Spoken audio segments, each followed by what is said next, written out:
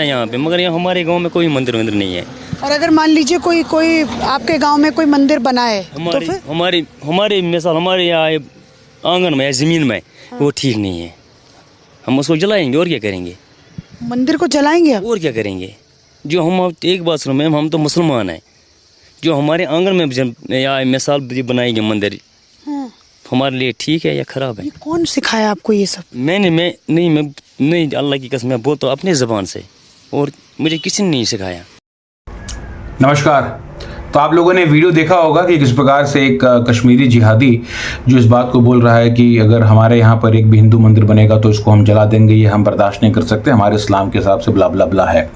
Point ये है कि ये वीडियो मैं इस जिहादी को आंसर देने के लिए बना रहा हूँ। मैं किसी स्पेसिफिक कम्युनिटी, किसी धर्म की बात नहीं कर रहा हूँ, मैं एक स्पेसिफिक पर्सन की बात कर रहा हूँ। Please don't miss interpret my words. मैं स्पेसिफिक इस व्यक्ति के पॉइंट के ऊपर आंसर देने के लिए बात कर रहा हूँ। What kind of mindset this is, because इस प्रकार के कश्मीर के अंदर, इंडिया के अंदर, पूरे देश में कई प्रकार के ऐसे लोग हैं जो इस माइंडसेट को रखते हैं। So this is very important to counter this persons.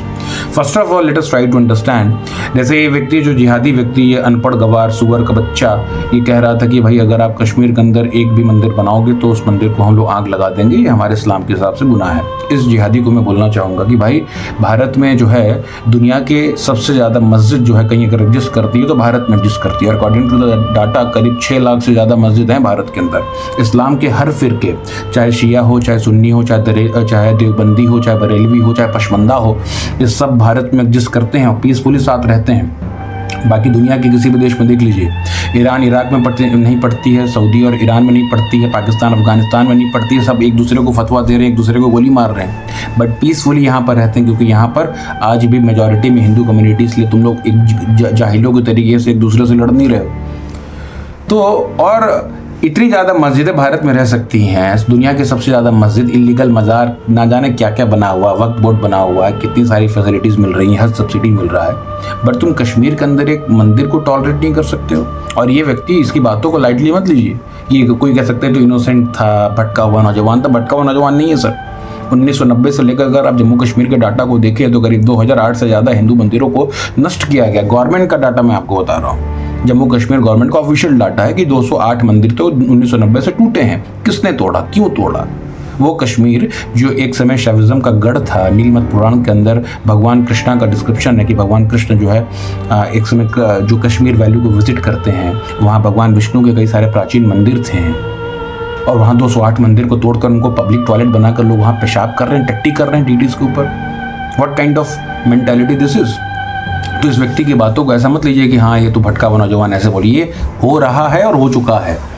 इसी रेडिकल माइंडसेट की वजह से 7 लाख कश्मीरी हिंदुओं को अपना घर बार छोड़कर, बिजनेस छोड़कर भागना पड़ा भारत के अनेक राज्यों के अंदर, और आज तक उनको न्याय नहीं मिला ऑफिशियल जुडिशियल सिस्टम से।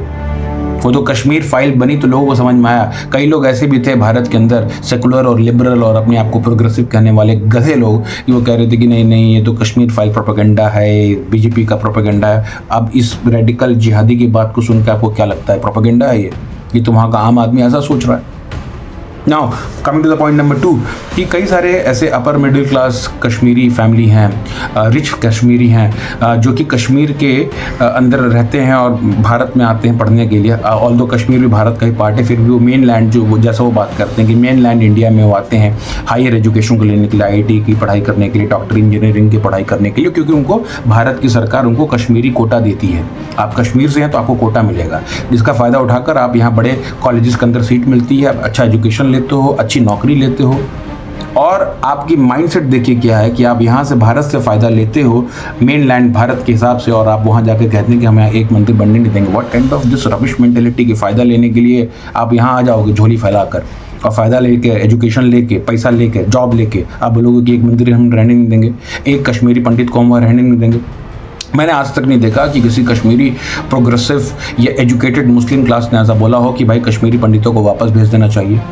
किसी ने इस तरीके के जो जिहादी लोग हैं, जो बांटने की राजनीति करते हैं, मारने की राजनीति करते हैं, इसको ओपनली किसी ने क्रिटिसाइज नहीं किया। कश्मीर में कई सारे लोग एजुकेटेड क्लास के लोग हैं, क्यों नहीं किसी ने क्रिटिसाइज किया? बिकॉज एवरीवन वांट्स इंटरनली, ऐसा मुझे लगता है। नहीं तो लोग इसको क्रिटिसाइज करते हैं, ये क्या बोल रहा है भाई हमारे यहाँ कोई फर्जी बाबा निकल जाता है, कोई रेपिस्ट बाबा निकल जाता है तो हिंदू लोग सबसे ज़्यादा गाली देते हैं। बट मैंने देखा कि किसी ने रेडिकल जो वहाँ पे जिन लोगों ने गोलियाँ मारी हैं, बुरहान वानी को लोगों ने उसको शहीद बना दिया। हाँ, अफजल गुरु को वहाँ पे शहीद बना दिया गया जिसने पार्लियामेंट में गोली मारी। तो because this is the radical mindset of the people and this is very important to address. Now coming to the point, JK Jammu and Kashmir government के डाटा के हिसाब से करीब 8,000 करोड़ का टर्नओवर है इंडियन टूरिस्ट के द्वारा जो कश्मीर में आते हैं डल वैली घूमने के लिए, शंकराचार्य हिल घूमने के लिए। तो उससे 8,000 करोड़ कमाते हो आप लोग एक साल के अंदर, तब आपके घर पे चूल्हा चौखट जलता है सर। हिंदुओं का पैसा लेकर आप चूल्हा चौखट जला रहे हो और आप बोल रहे हो कि हम जो है हम वहाँ पर आपको मंदिर नहीं बना